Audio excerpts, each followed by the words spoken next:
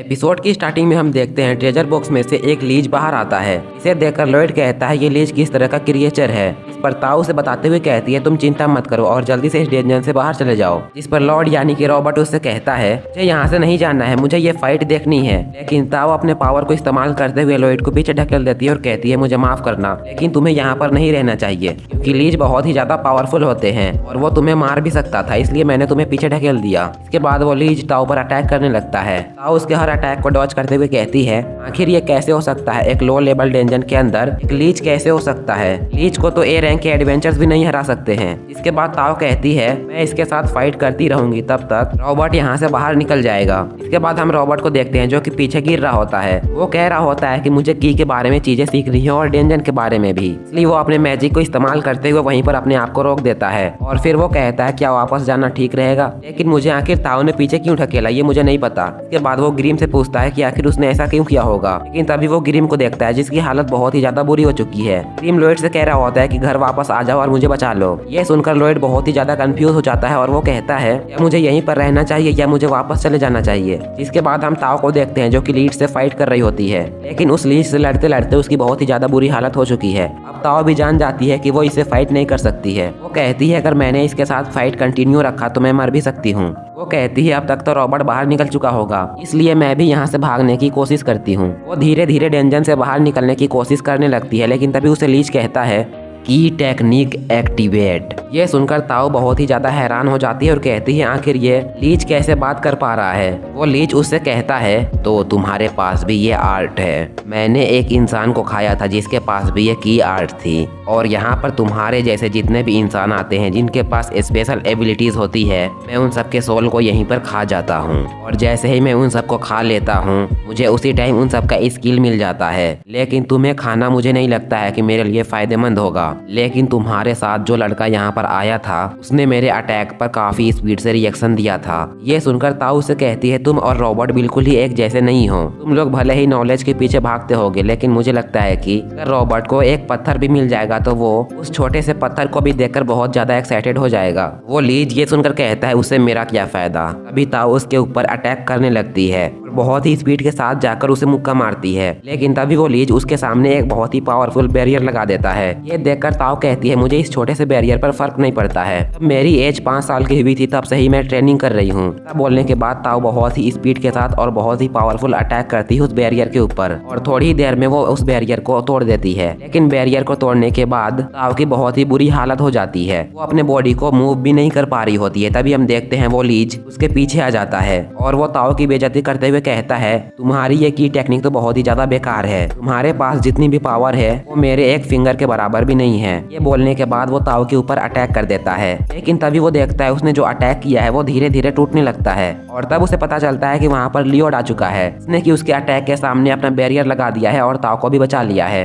Robert ताऊ से कहता है तुम तो इतनी जल्दी हार मान रही हो, अच्छा ठीक है तुम यहीं पर बैठो और मैं इससे फाइट करता हूँ। और ये देखकर बहुत ही ज्यादा हैरान हो जाती है और रॉबर्ट से कहती है ये बैरियर तुमने बनाया है। तभी हम लीज को देखते हैं जो कि उनके ऊपर अटैक करने वाला होता है, लेकिन तभी हम देखते हैं लियोड बहुत ही स्पीड के साथ उस लीज के पीछे चला जाता है, जिसके बाद लॉयड की ब्रीथिंग करने लगता है। ये देखकर लीज को कुछ भी समझ नहीं आता है और वो कहता है आखिर ये कर क्या रहा है। इसके बाद वो लॉयड के ऊपर फिर से अटैक करने लगता है। लॉयड बैरियर लगाकर सारे अटैक से बच जाता है और बैरियर के अंदर से ही वो की ब्रीथिंग कर रहा होता है। लॉयड की और माना को दोनों को ही एक साथ मिलाकर यूज करने की कोशिश कर रहा होता है। वहीं पर हम देखते हैं वो लीज लॉयड के बैरियर को तोड़ने की कोशिश कर रहा होता है, लेकिन उसके सारे अटैक्स बेकार जा रहे थे। वो कहता है आखिर इसका बैरियर इतना मजबूत कैसे हो सकता है जो मेरे अटैक्स भी ने तोड़ नहीं पा रही है। वहीं पर लॉयड कहता है फाइनली मैं ये कर सकता हूँ। अभी उसे ताऊ की बात याद आती है जो कि उसको कह रही होती है पूरा फोकस करो। ताऊ की बात सुनकर लॉयड फोकस करने लगता है। इसके बाद वो काफी गहरी सांस लेने लगता है और फुल प्रिंट्स स्पेल्स को यूज करता है, जिससे कि उसके बैरियर के अंदर काफी सारा हवा घुस जाता है और उसका बैरियर हवा में उड़ने लगता है।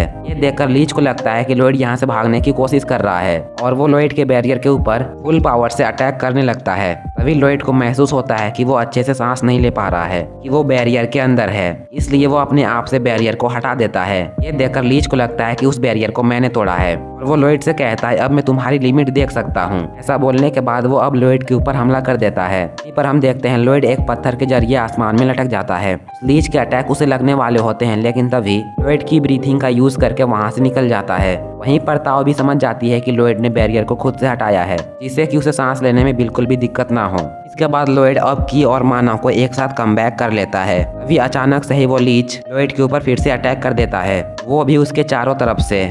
लॉयड की और माना के कॉम्बिनेशन को यूज करता है और लीच के ऊपर अटैक करता है, लेकिन उसका अटैक लीच तक पहुंचता ही नहीं है। लॉयड कहता है मुझे लगता है कि ये अटैक बहुत ही कमजोर था, मुझे अपने अटैक को और ज्यादा स्ट्रॉन्ग करना होगा। ऐसा बोलने के बाद वो फिर से लीच के ऊपर अटैक कर देता है। लीच अपने अटैक को यूज करके अपने आप को बचा लेता है, लेकिन लॉयड का हमला उसके सारे अटैक को तोड़ता जाता है। लॉयड उस लीच के ऊपर बहुत ही जोरों से अटैक कर रहा होता है। इतने सारे हमलों को एक साथ अपनी तरफ आते देख लीच बहुत ही ज्यादा डर जाता है और कहता है आखिर ये क्या है, ये तो बहुत ही स्पीड के साथ मेरे ऊपर अटैक कर रहा है, वो भी बिना इनकांडेशन के। क्या ये सच में की टेक्निक को यूज कर रहा है? लेकिन ऐसा करना तो इम्पॉसिबल है। मुझे लगा था ये लड़का एक मेज है, लेकिन मुझे लगता है कि ये मेज से भी ऊपर है। लॉयड का एक अटैक जाकर उस मेज को लग जाता है। ये देखकर ताओ भी बहुत ही ज्यादा हैरान हो जाती है। तभी लॉयड अपने अटैक को और भी ज्यादा स्ट्रॉन्ग बनाता है, सीधा लीच के ऊपर अटैक करता है, लेकिन वो लीच अपने ऊपर एक बैरियर लगा देता है। लेकिन लॉयड का अटैक इतना ज्यादा स्ट्रॉन्ग होता है कि वो जाकर सीधा उस लीच को लगता है। वहीं पर अब लीच मरने वाला होता है। वो मरने से पहले कहता है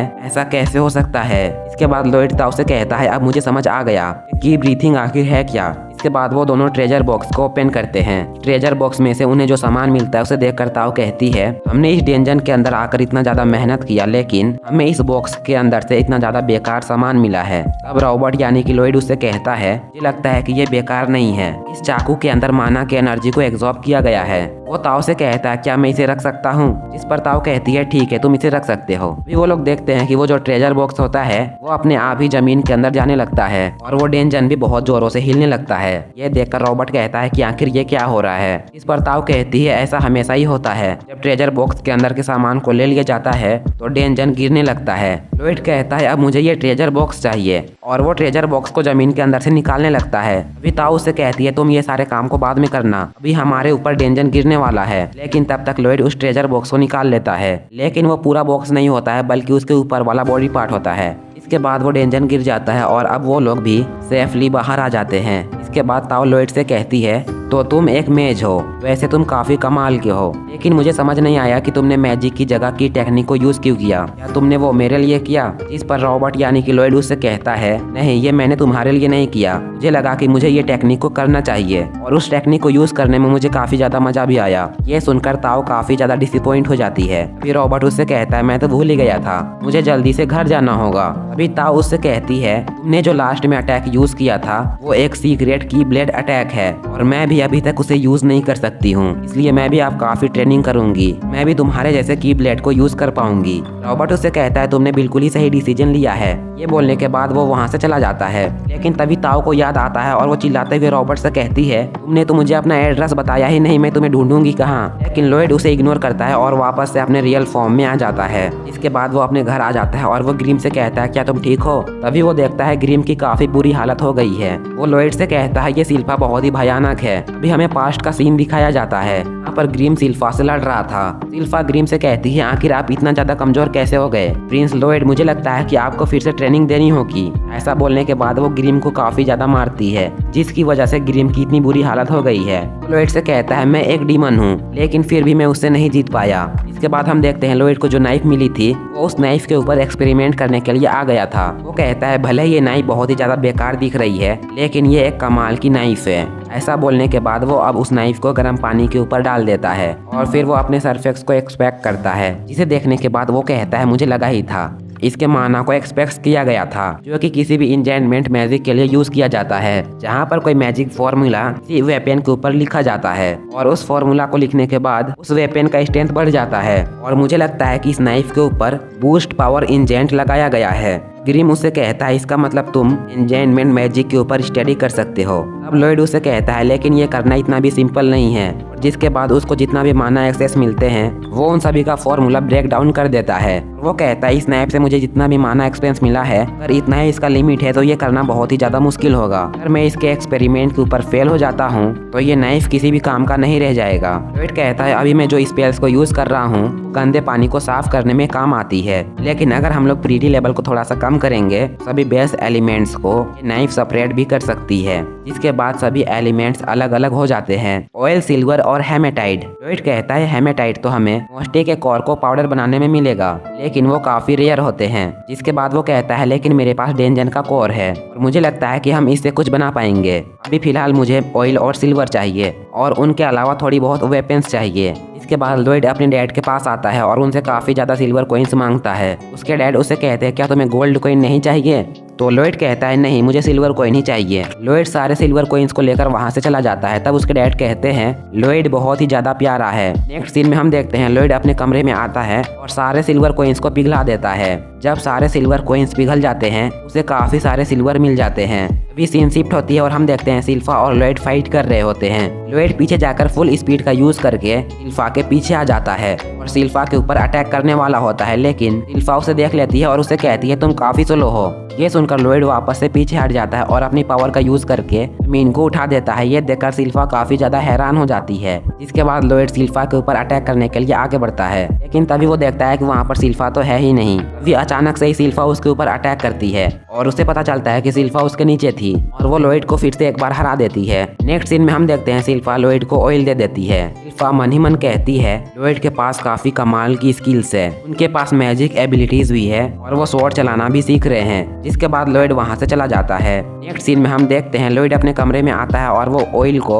और हेमेटाइट को एक साथ मिला देता है, जिससे कि उसको माना एक्सचेंज मिल जाता है। इसके बाद वो एल्बर्ट के पास आता है और कहता है मुझे काफी सारे वेपन्स चाहिए एन्चेंटमेंट्स मैजिक यूज करने के लिए। ये सुनकर एल्बर्ट काफी ज्यादा खुश हो जाता है और वो अपने सारे सोल्जर्स से कहता है मेरे छोटे भाई को वेपन्स चाहिए, तुम लोग अपने अपने वेपन्स मेरे छोटे भाई को दे दो। वो सारे सोल्जर्स अपने वेपन्स को नीचे फेंक देते हैं और कहते हैं ये लो। इसके बाद लॉयड एन्चेंटमेंट करना शुरू कर देता है। ये देखकर ग्रिम भी काफी ज्यादा हैरान हो जाता है और कहता है लॉयड उस तलवार के ऊपर बूस्ट पावर की काफी ज्यादा लेयर लगा रहा होता है। जहाँ जहाँ उसे जगह मिलती है वहाँ वहाँ वो अलग अलग फॉर्मूला लगा रहा होता है। इतने सारे फॉर्मूले लगाने की वजह से एक तलवार टूट जाता है, जिसे देखकर लॉयड काफी ज्यादा डर जाता है। लॉयड कहता है मुझे इतने सारे फॉर्मूला का यूज नहीं करना चाहिए। इसके बाद हम देखते हैं लॉयड काफी सारे तलवारों में एक्सपेरिमेंट करता है, लेकिन उसकी सारी तलवारें बेकार होती जाती है, लेकिन कुछ तलवारें सक्सेसफुल भी हो जाती है। उन तलवारों को देखकर ग्रिम और लॉयड काफी ज्यादा खुश हो जाते हैं। लॉयड एल्बर्ट के पास आकर कहता है 120 तलवारों में से 50 तलवारें सक्सेसफुल हुई है,